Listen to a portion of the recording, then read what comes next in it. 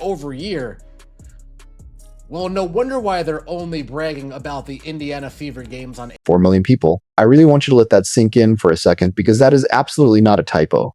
That staggering figure is the peak viewership number for a standard regular season WNBA game in 2025. We take a look. This current season, the most viewed WNBA games, you have the Atlanta Dream versus the Indiana Fever, the Chicago Sky versus the Fever, the Lynx versus the Fever, the Wings versus the Fever, and the New York Liberty versus the Fever.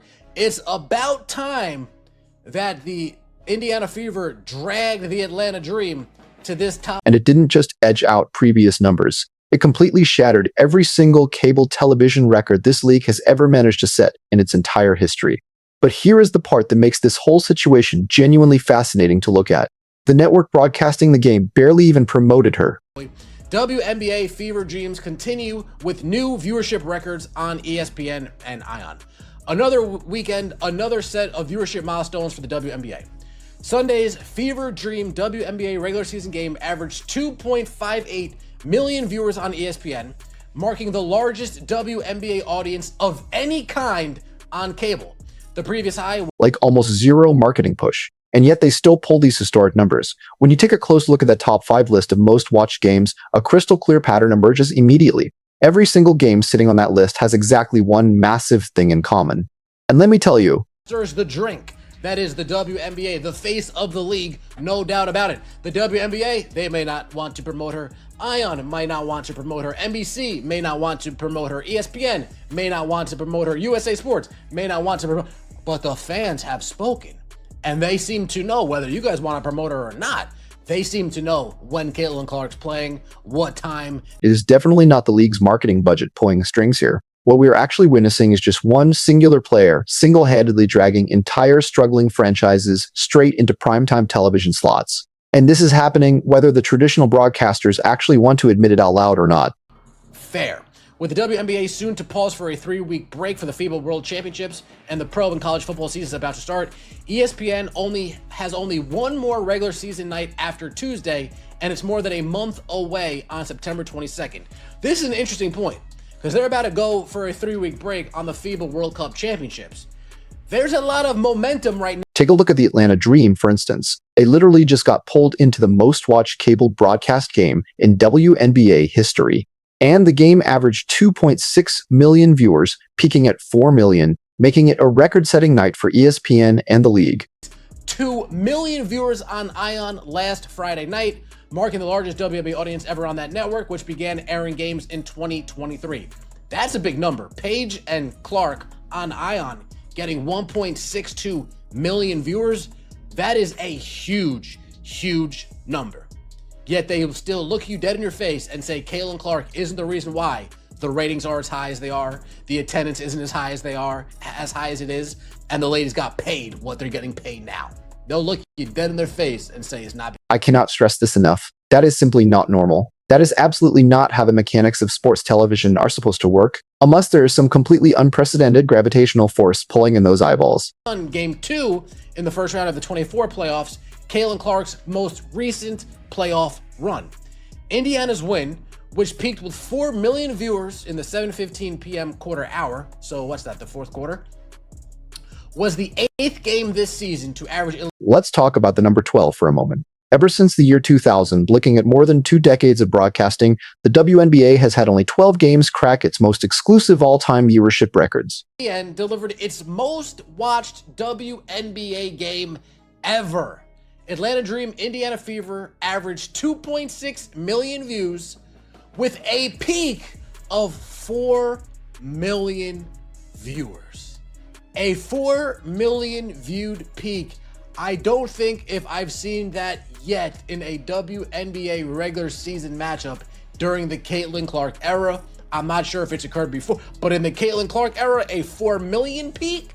Outside the All-Star game, I'm not sure if I've seen a number get that high. And here's where the statistic becomes completely mind-blowing. Every single one of those 12 massive television events happened exclusively within the tight window of the last 3 seasons. But wait, it gets even more specific. 2.4 this year is probably like 2.1 last year.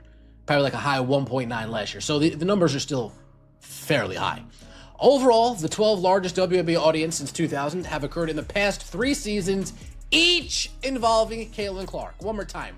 The 12 largest WNBA audience since 2000 have occurred in the past 3 seasons, each involving... Every single one of those record-breaking broadcast anomalies directly involve Caitlin Clark being on the floor.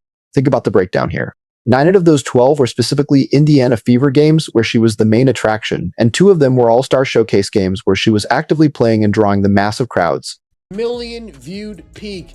I don't think if I've seen that yet in a WNBA regular season matchup during the Caitlin Clark era.